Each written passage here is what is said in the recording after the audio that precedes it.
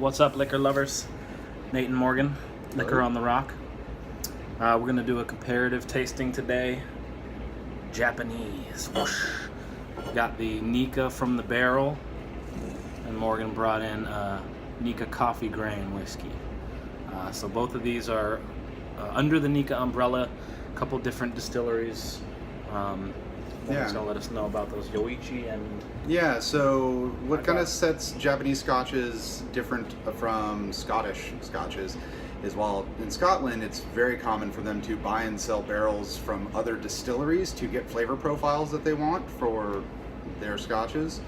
But in the case of Japanese distilleries, they pretty much only blend in-house. So in the case of Nikka, they've got two distilleries, one up north on Hokkaido, just a big island way up in there, it gets a lot of snow, and then one down on the main island. And so it's Yoichi up in the north and Miyagikyo down in this middle island, and they trade back and forth between the two.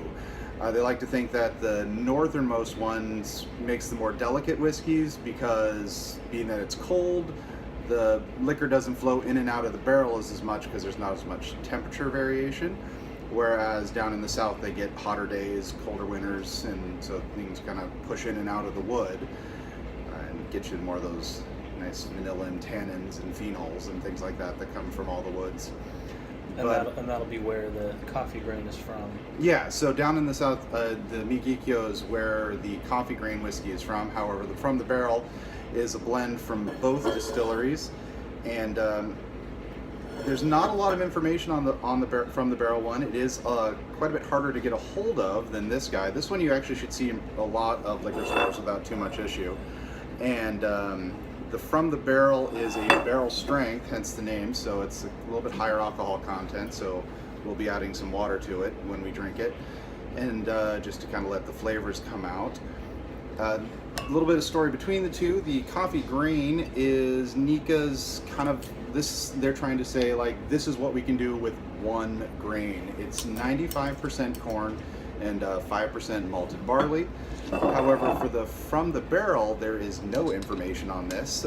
What information I can find is that it is blended from all the different barrels that are set aside for their distillers and mixers to taste from, to kind of see where each barrel is going, and then they blend them all together, from what I understand, into a cask to let them all sit together and merge, then put them into a sherry cask that has been reused and reburnt, so you get a nice a little bit of that, the bourbon char wood flavor in it, plus a little sweetness from the sherry. Whereas the coffee grain, because it is so much corn, you're going to get a lot of sweetness just on its own. Sort of like if you've ever drank Jack Daniels or something like that, which is a lot of that is corn.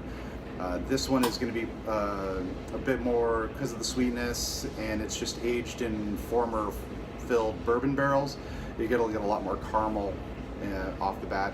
But yeah, you give it a taste. And just a quick bar note or serving to friends or family note. A lot of people will say, "Oh, so this tastes like coffee. This is has the flavor of." You have to explain to them the coffee refers to a type of still. Yes. It was a man, right? Yeah, a gentleman made last name of Coffey, an Irishman, and it's actually otherwise known as a column still. So instead of like the big ball at the bottom, like a pot still that goes to a small point, this is one big column all the way up, and it separates the alcohols during distillation that way. Excellent. All right.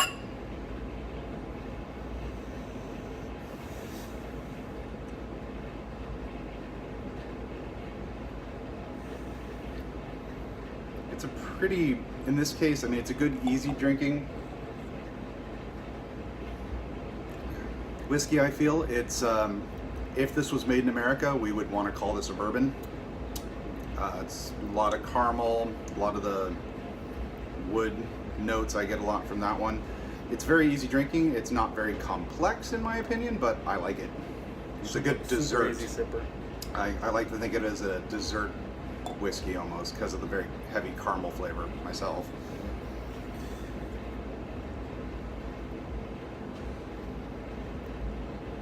There's not a lot to the nose for me, but the taste is you definitely get more in that mid out breath, caramely. Yeah, I could drink a lot of this stuff. Yeah, it's an easy one to just sit back and sip. Big cube.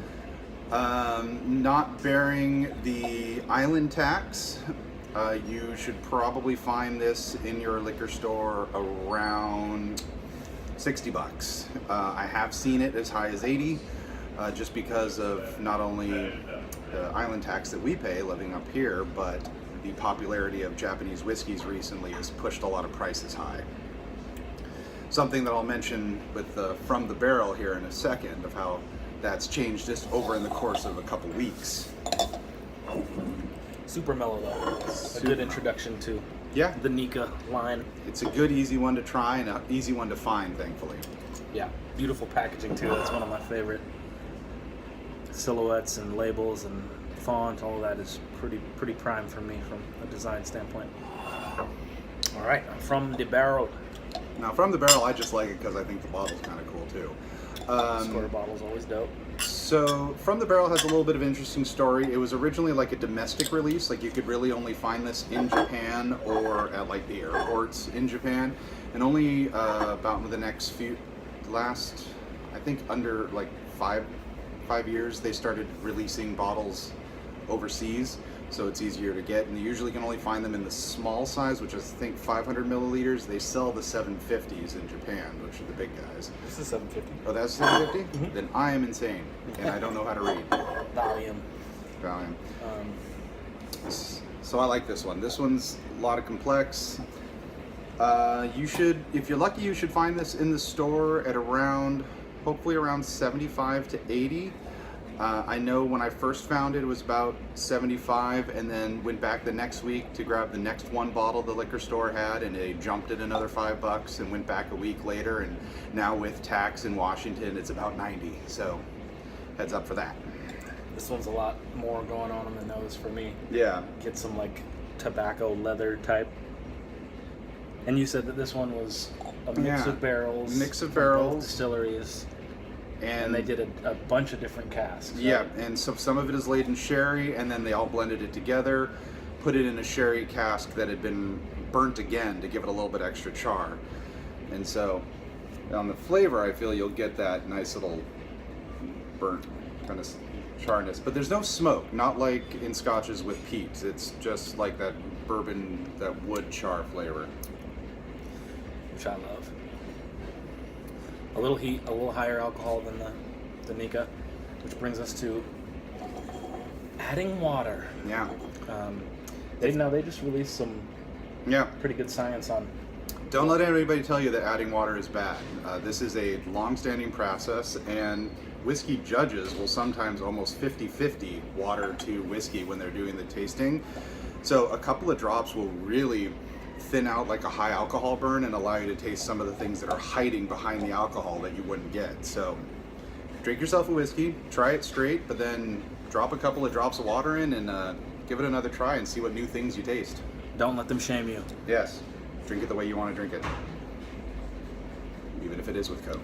I won't blame you. I might judge you, but I won't blame you. Ooh yeah, that makes a huge difference. A lot of spice in that middle. Indeed. A lot of clove, a little bit of allspice. You're still getting the caramel. You're getting the kind of cherry sweetness sometimes that you get from the sherry. And then caramelized floral. It is delicious. Oh my goodness. Bring him over here. Looks like we got a guest. Unfortunately, he is underage. A future whiskey drinker. Join us on this. Monkey! Hi! Say hello. He doesn't care. He's the mascot. Anyway, Japanese tastings, Nikka Coffey Grain, Nikka From The Barrel. I'm Nate, this is Morgan. I recommend giving it a try. Enjoy yourselves. Cheers.